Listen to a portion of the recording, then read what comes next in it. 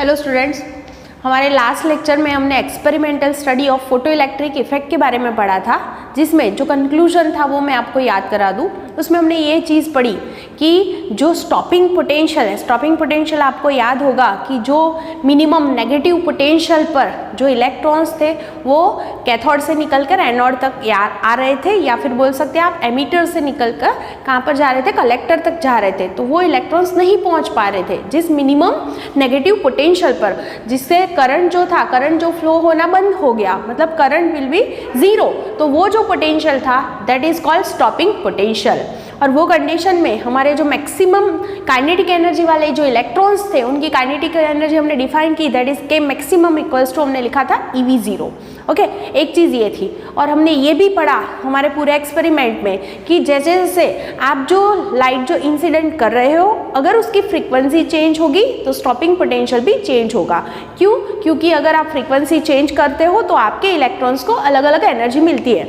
अगर वो अलग एनर्जी लेके वहाँ से एमिट हो रहे हैं तो वो जब वहाँ पर जो हमारा जो नेगेटिव हमने टर्मिनल रखा है वहाँ तक वो पहुँच पा रहे थे, उसको हमें मोर नेगेटिव करना पड़ा जब हमने फ्रीक्वेंसी बढ़ाई तब। इसका मतलब पोटेंशियल एनर्जी जो थी, मतलब कि V0 की मैं बात कर रही हूँ, स्टॉपिंग पोटेंशियल की, तो स्टॉपिंग पोटेंशियल किस पर डिपेंड करता है? फ्रीक्वेंसी पर, ना कि इंटेंसिटी पर। और इंटेंसिटी को भी हमने डिफाइन किया था, हमने ऐसी फॉर्मूला सिंपल लिखी थी कि intensity equals to energy upon time into area, है ना। तो अगर हम वो चीज़ की बात करें तो इंटेंसिटी अगर ज़्यादा है, इसका मतलब ये लिया था हमने कि वहाँ पर नंबर ऑफ फोटॉन ज़्यादा है। अगर आप नंबर ऑफ फोटॉन ज़्यादा दे रहे हो तो वहाँ से जो इलेक्ट्रॉन्स एमिट होंगे उनके नंबर्स भी ज़्यादा होंगे। तो ज़्यादा इलेक्ट्रॉन्स का एमिशन हो रहा था तो करंट भी हमें ज़्यादा मिल रही थी। तो इलेक्ट्रॉन का जो एमिशन हो रहा है, मतलब करंट जो है वो इंटेंसिटी पर डिपेंड करता है। और ये पूरी जो प्रोसेस है वो इंस्टेंटेनियस है, मतलब जैसे ही आप जो है वो लाइट इंसिडेंट करोगे, अगर आपके जो इलेक्ट्रॉन्स है उनको मिनिमम उसकी वर्क फंक्शन जितनी एनर्जी मिल जाती है तो विद इन 10⁻⁹ सेकेंड, तो उतने ही टाइम में उनमें से इलेक्ट्रॉन का एमिशन हो सकता है। ठीक है, तो ये चीज़, ये पूरा एक्सपेरिमेंट था हमारा और वो हमने ऑलरेडी पढ़ा है। अब आज का हमारा फर्स्ट क्वेश्चन कुछ ऐसा है, photo electric effect and wave theory of light. देखिए, मैं आपको पहले ही बता दूं कि जब हम फोटो इलेक्ट्रिक इफेक्ट की बात करते हैं तो वहाँ पर हमने वेव का, मतलब लाइट का पार्टिकल नेचर लिया है, और मतलब फोटॉन्स की हम बात करेंगे, वो नेचर लेके हमने पूरी जो प्रोसेस है वैसे पढ़ी हुई है।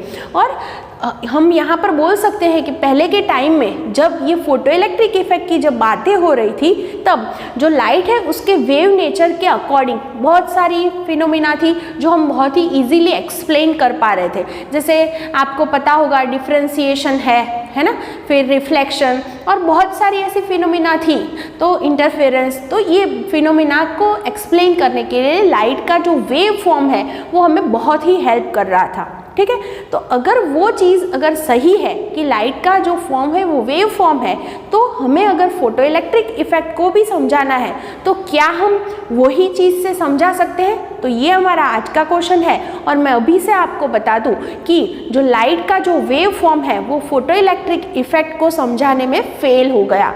और ये क्वेश्चन जो है वो आपको 2 मार्क्स में पूछ भी सकते हैं कि कैसे ये पूरा फेल हो गया, उसको आप एक्सप्लेन करो। ये ऐसा क्वेश्चन आपको एग्जाम में पूछ भी सकते हैं। तो देखिए, यहाँ पर हम बात करें यहाँ पर फोटो इलेक्ट्रिक इफेक्ट और वेव फॉर्म की, तो हमारा जो चैप्टर 8 है दैट इज इलेक्ट्रोमैग्नेटिक वेव्स, उसमें हमने ये चीज़ पढ़ी हुई है कि जो भी हमारा जो वेव बनता है इलेक्ट्रोमैग्नेटिक वेव, उसमें इलेक्ट्रिक फील्ड और मैग्नेटिक फील्ड वो दोनों के परपेंडिकुलर हमारा जो रिजल्टेंट बनता है हमारा वेव, और वो प्रोपेगेट करता है उसको परपेंडिकुलर रह के, मतलब कि वहाँ पर इलेक्ट्रिक फील्ड और मैग्नेटिक फील्ड से कंबाइन होके पूरा हमारा वेव बन रहा है, और उसको ही हम इलेक्ट्रोमैग्नेटिक वेव बोलते हैं। और लाइट जो है वो इलेक्ट्रोमैग्नेटिक वेव है, और वहाँ पर हमने उसकी इंटेंसिटी की फॉर्मूला ये ऑलरेडी पढ़ी हुई है, that is I equals to ε0 CE/RMS²। यहाँ पर E जो है ERMS है, RMS का मतलब ये होता है कि वहाँ पर जो वेव फॉर्म होता है, सपोज मैं अभी सिर्फ जो इलेक्ट्रिक फील्ड है वो इलेक्ट्रिक फील्ड का ऑसिलेशन वहाँ पर होता है। मैंने लास्ट टाइम भी थोड़ा सा आपको समझाया था कि इलेक्ट्रिक फील्ड अपवर्ड होती है, फिर डाउनवर्ड्स, ऐसे करके वो ऑसिलेट करती है। और वो जैसे जैसे वो सोर्स है वहाँ से आप दूर चले जाओगे वहाँ तक पर इलेक्ट्रिक फील्ड जो होगी वो धीरे धीरे उसकी इंटेंसिटी भी कैसे होती जाती है, कम होती जाती है। तो उसका जो पूरा फॉर्म बनता है वो साइन या कोसाइन जैसा फॉर्म बनता है। तो ये जो है उसका एम्पलीट्यूड है, उसको हम E0 लिख सकते हैं। और E0 को आप √2 से डिवाइड करोगे तो उसकी जो वैल्यू मिलती है दैट इज कॉल्ड ERMS। तो हम नॉर्मली RMS वैल्यू का यूज़ करते हैं क्योंकि यहाँ पर ऑसिलेशन हो रहा है इसीलिए। तो ऐसे हमारा ये इक्वेशन है कि इंटेंसिटी का, हमारे जो वेव होते हैं उसकी इंटेंसिटी हम ऐसे डिफाइन करते हैं that is ε0c into ERMS²। या फिर आप मैग्नेटिक फील्ड के हिसाब से अगर इसको डिफाइन करना है तो आपके ये फॉर्मूला में इतना ही फर्क पड़ेगा, E की जगह पर आएगा BRMS और यहाँ पर ε0 है तो μ0 कहाँ पर आएगा, ऐसे डिनोमिनेटर में। तो आप इस पर से ये चीज़ बोल सकते हो कि अगर आपका जो वेव है, मैं अभी वेव नेचर की बात कर रही हूँ लाइट के, तो वेव है अगर हम ये सोचें कि उसकी इंटेंसिटी ज़्यादा है तो इसका मतलब ये हुआ कि उसके इलेक्ट्रिक फील्ड या फिर मैग्नेटिक फील्ड का हम बोल सकते हैं कि एम्पलीट्यूड क्या होगा, ज़्यादा होगा। अगर एम्पलीट्यूड ज़्यादा है मतलब कि इंटेंसिटी अगर ज़्यादा है तो वेव नेचर ये चीज़ समझाता है हमें, वेव फॉर्म उसका, कि जो हम कोई भी सरफेस पर अगर हम ऐसी लाइट इंसिडेंट कर रहे हैं जिसकी इंटेंसिटी ज़्यादा है तो वो जो ऑलवेज क्या होता है, ये जो हमारा पूरा जो वेव होता है, वेव थियरी के हिसाब से जब हम किसी भी चीज़ पर लाइट ऐसे डालते हैं तो वो जो लाइट होती है वो यूनिफॉर्मली, आप कंटिन्यूसली आप बोल सकते हो, ये फॉर्म कंटिन्यूस फॉर्म बोल सकते हो, तो वो कंटिन्यूसली उसका डिस्ट्रीब्यूशन होता है। और वहाँ के जो इलेक्ट्रॉन्स होते हैं, अगर आप ज़्यादा इंटेंसिटी वाली वेव अगर इस पर रेडिएशन कर रहे हो तो इसका मतलब ये हुआ कि यहाँ के इलेक्ट्रॉन्स जो होंगे वो ज़्यादा एनर्जी एब्जॉर्ब करेंगे। अगर ज़्यादा एनर्जी उनको मिल गई तो इसमें से जो यहाँ पर एमिट होने वाले इलेक्ट्रॉन्स हैं वो इलेक्ट्रॉन्स कैसे होंगे, ज़्यादा एनर्जी वाले।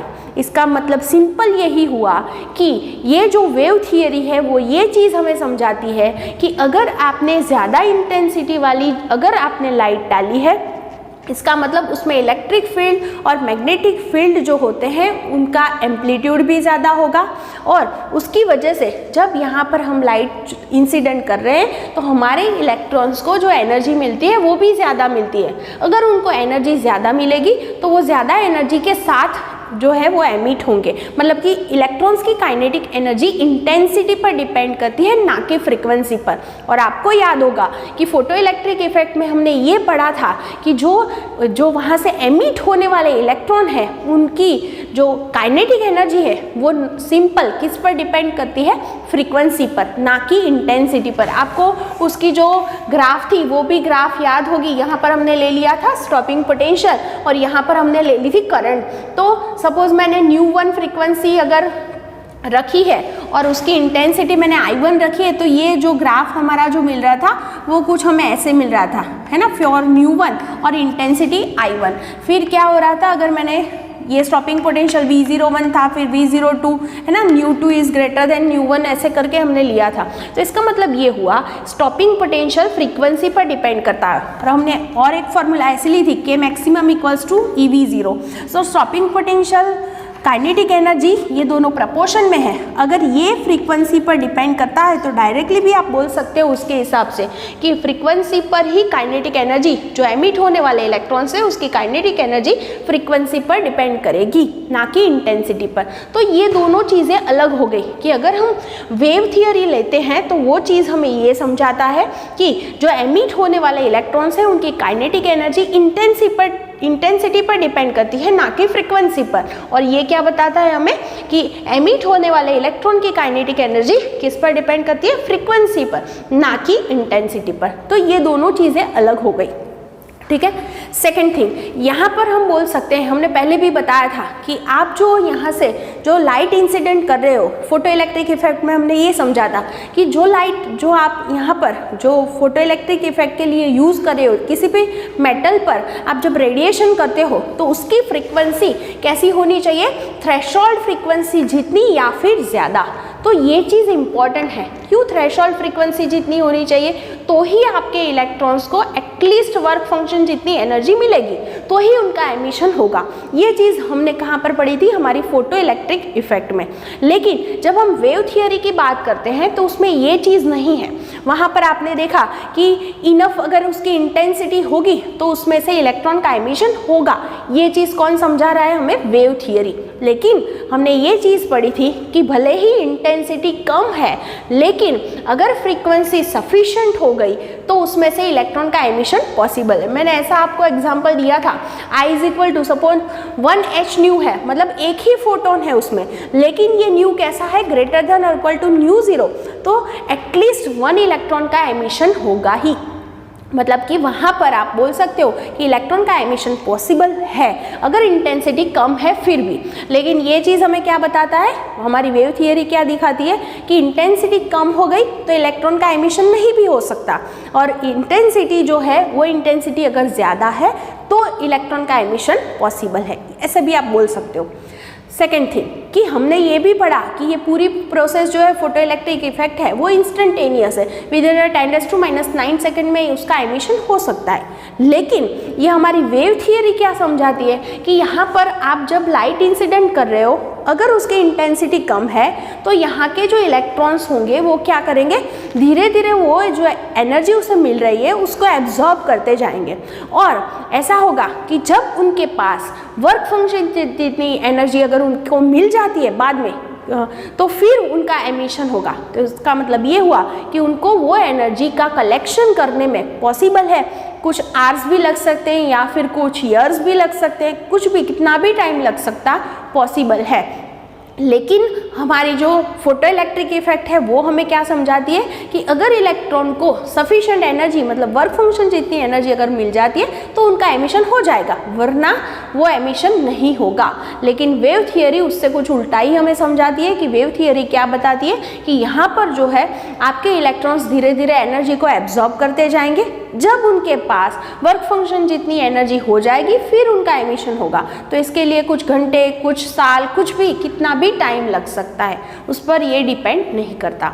तो इसका मतलब ये हुआ कि फोटो इलेक्ट्रिक इफेक्ट हमें समझानी है तो उसके लिए वेव थियरी हम यूज़ नहीं कर सकते। आप देख सकते हैं कि अगर हमने वेव थियरी की हेल्प ली तो हमारे फोटो इलेक्ट्रिक इफेक्ट के सारे पॉइंट्स है उसमें से हम कुछ भी यहाँ पर नहीं समझा पा रहे, इसलिए हम उसका यूज़ नहीं कर सकते। तो आज का फर्स्ट क्वेश्चन मेरा ये था। अब सेकेंड क्वेश्चन पर चलते हैं, that is Einstein's photo electric equation.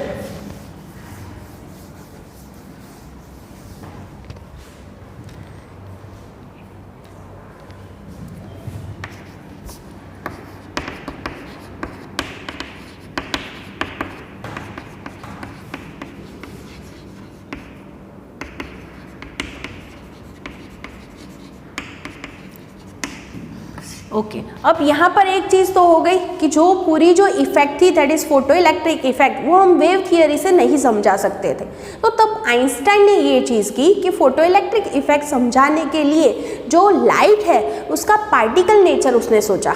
उसने ये सोचा कि जो लाइट है वो कंटिन्यूअस, जो हम उसका जो फॉर्म हमने सोचा है ऐसा wave form that is continuous, तो वो कंटिन्यूअस नहीं है, लेकिन वो डिसकंटिन्यूअस है। मतलब कि कुछ एनर्जी के ऐसे क्वांटा है उससे वो बनी है, और वही क्वांटा को हम बोलते हैं फोटॉन्स।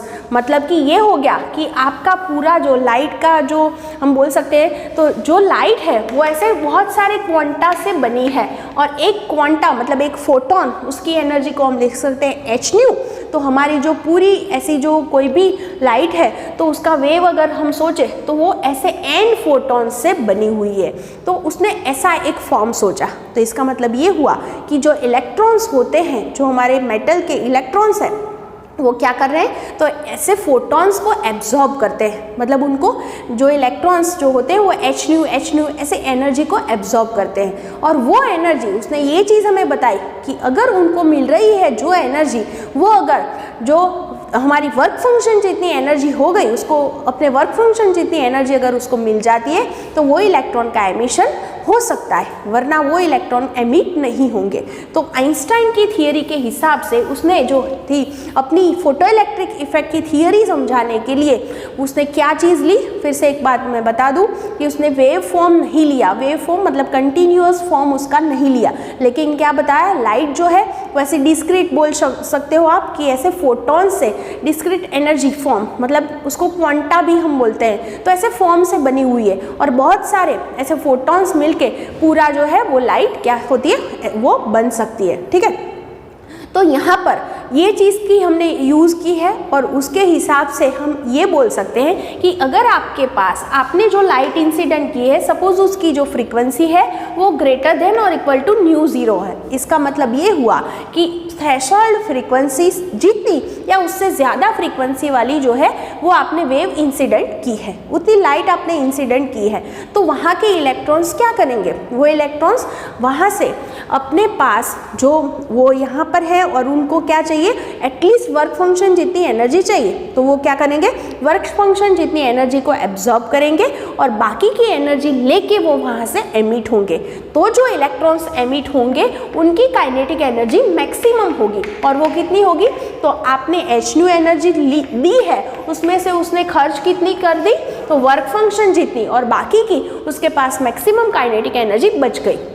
मैंने क्यों इसको मैक्सिमम काइनेटिक एनर्जी लिखा है, उसका रीज़न यही है कि उसने बाकी कहीं पर भी एनर्जी खर्च नहीं की है, या फिर आप बोल सकते हो कि जो आप बोल सकते हो कि लेस बाउंड जो इलेक्ट्रॉन्स है वो मैक्सिमम इतनी एनर्जी के साथ उसमें से एमिट हो जाएंगे कि सपोज किसी को आपने 4 इलेक्ट्रॉन वोल्ट एनर्जी दी और उसका वर्क फंक्शन से 2 इलेक्ट्रॉन वोल्ट है, तो उसमें से 2 इलेक्ट्रॉन वोल्ट वो खर्च करेगा और बाकी की 2 इलेक्ट्रॉन वोल्ट एनर्जी लेके वो एमिट होगा, तो वो इसकी कैसे एनर्जी होगी, मैक्सिमम काइनेटिक एनर्जी। तो उसको ये फॉर्म में आप सोच सकते हो, और यहाँ पर ये कंडीशन ऑलवेज है क्या, कि ऑलवेज क्या होना चाहिए, आप जो भी लाइट यहाँ पर इंसिडेंट कर रहे हो उसकी फ्रीक्वेंसी कैसी होनी चाहिए, तो एटलीस्ट थ्रेशोल्ड फ्रीक्वेंसी जितनी या फिर उससे ज़्यादा, उससे कम होगी तो पॉसिबल नहीं है ये सारी चीज़ें। और इसकी हेल्प से अगर आपको MCQ पूछा है, अगर ये फ्रीक्वेंसी का रिलेशन है, तो अगर आपको वेवलेंथ का रिलेशन पूछा है तो इससे उल्टा होगा, क्योंकि μ c बाय लैम्बडा है, तो आप इसी की हेल्प से लिख सकते हो, तो फिर λ0 मस्ट बी ग्रेटर देन और इक्वल टू लैम्बडा, मतलब कि थ्रेशोल्ड वेवलेंथ आप बोल सकते हो, उससे आप जो इंसिडेंट कर रहे हो लाइट, उसकी वेवलेंथ कैसी होनी चाहिए, कम होनी चाहिए, उसके जितनी या फिर कम होनी चाहिए, ये इसकी कंडीशन हो गई, तो ही इलेक्ट्रॉन का एमिशन पॉसिबल होगा। तो ये चीज़ तो सिंपल हो ही गई कि इलेक्ट्रॉन को एटलीस्ट कितनी एनर्जी चाहिए, उसकी वर्क फंक्शन जितनी, और आप देख सकते हो वर्क फंक्शन जो है वो तो फिक्स है, कांस्टेंट है, इसका मतलब जो एमिट होने वाले इलेक्ट्रॉन्स है उसकी एनर्जी, काइनेटिक एनर्जी किस पर डिपेंड कर रही है, तो फ्रीक्वेंसी पर। जो हमारी फोटो इलेक्ट्रिक इफेक्ट में जो पॉइंट था वो यहाँ पर प्रूव हो रहा है, राइट। तो ये चीज़ फर्स्ट उसने डिराइव की। सेकेंड थिंग हमने ऑलरेडी पढ़ा है कि K maximum equals to EV0, तो ये दोनों को हम रिलेट कर सकते हैं, इलेक्ट्रॉन की काइनेटिक एनर्जी जो है that is EV0 stopping potential के साथ उसका ये रिलेशन है, तो ये दोनों को हम रिलेट करेंगे तो हमारा इक्वेशन कुछ ऐसा बन रहा है, EV0 is equal to hν minus φ0। तो यहाँ से आप ऐसे भी कर सकते हो कि V0 जो है V0 इक्वल्स टू लिख सकते हो h/e ν माइनस φ0 बाय e। इसका मतलब अगर मैंने V0 अगेंस्ट न्यू का अगर मैंने ग्राफ ड्रॉ किया तो वो ग्राफ कैसा होगा, वो स्ट्रेट लाइन होगा। क्यों, क्योंकि आप ये जो पूरा इक्वेशन है उसको y equals to mx plus c के साथ जो है आप उसको कंपेयर कर सकते हैं। तो y एक्सिस पर क्या लेना पड़ेगा, हमें V0 लेना पड़ेगा, और x एक्सिस पर क्या आएगा, दैट विल बी न्यू, और ये जो है वो स्ट्रेट लाइन बनेगी और उसका जो स्लोप होगा वो क्या होगा, h/e। तो 1 मार्क क्वेश्चन में ये चीज़ भी पूछ सकते हैं कि V0 अगेंस्ट न्यू का ग्राफ है तो वो ग्राफ का स्लोप क्या होगा, दैट विल बी h/e।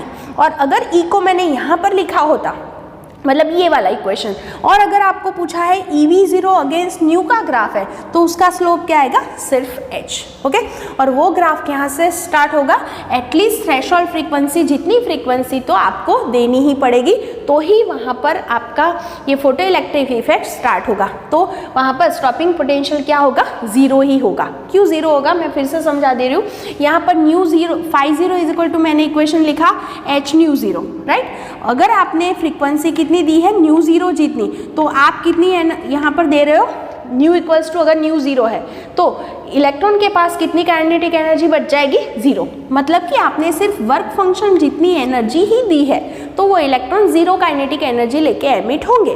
तो वहाँ पर आपने आपका अपना कलेक्टर है वो 0 पोटेंशियल पर भी रखा होगा तो भी वहाँ पर कोई इलेक्ट्रॉन नहीं पहुँच पाएगा। इसीलिए ये ग्राफ यहाँ से स्टार्ट हो रहा है, for new 0 V0 will be 0। तो ये ग्राफ के बारे में हम ये चीज़ बोल सकते हैं। सेकेंड थिंग ये भी है कि हमने जो इंटेंसिटी है वो इंटेंसिटी को ऐसे हम यहाँ पर डिफाइन कर सकते हैं। आइंस्टाइन ने ऐसे डिफाइन की थी, उसने उसको ऐसे डिफाइन किया। देखो मैं ऐसे लिख सकती हूँ h new by time into area. मतलब कि ये क्या है, तो n फोटॉन्स है ना, n क्वांटाज है per unit time per unit area. इसका मतलब ये हुआ, अगर per unit time per unit area है तो हम बोल सकते हैं अगर नंबर ऑफ फोटॉन ज़्यादा होंगे तो नंबर ऑफ, मतलब इंटेंसिटी वो वेव की कैसी होगी, वो लाइट की इंटेंसिटी ज़्यादा होगी। अगर फोटॉन्स ज़्यादा है तो वो ज़्यादा इंटेंसिटी वाला है। अगर ज़्यादा इंटेंसिटी है तो इसका मतलब ये हुआ कि आप यहाँ पर जो फोटॉन्स डाल रहे हो, नंबर ऑफ फोटॉन्स अगर ज़्यादा है तो इलेक्ट्रॉन क्या करेंगे, जितने इलेक्ट्रॉन्स एमिट होंगे वो उनका नंबर भी ज़्यादा होगा। आप सोच सकते हैं, वो चीज़ मैंने पहले भी एक्सप्लेन की है कि अगर मैंने ऐसी फ्रीक्वेंसी लिखी है 5h न्यू और सेकेंड फ्रीक्वेंसी है 10h न्यू, फ्रीक्वेंसी नहीं सॉरी इंटेंसिटी, तो आप सोच सकते हैं यहाँ पर कि यहाँ पर मैंने सिर्फ 5 फोटॉन्स ही यहाँ पर जो है वो इंसिडेंट किए हैं, यहाँ पर 10 किए हैं, तो यहाँ पर मैक्सिमम 5 इलेक्ट्रॉन्स ही एमिट हो सकते हैं और यहाँ पर 10। इसका मतलब ये हुआ अगर आप इंटेंसिटी बढ़ा रहे हो तो उसमें नंबर ऑफ फोटॉन ज़्यादा है। ज़्यादा फोटॉन्स अगर आप यहाँ पर जो रेडिएट करोगे तो उसकी वजह से ज़्यादा इलेक्ट्रॉन्स का एमिशन होगा।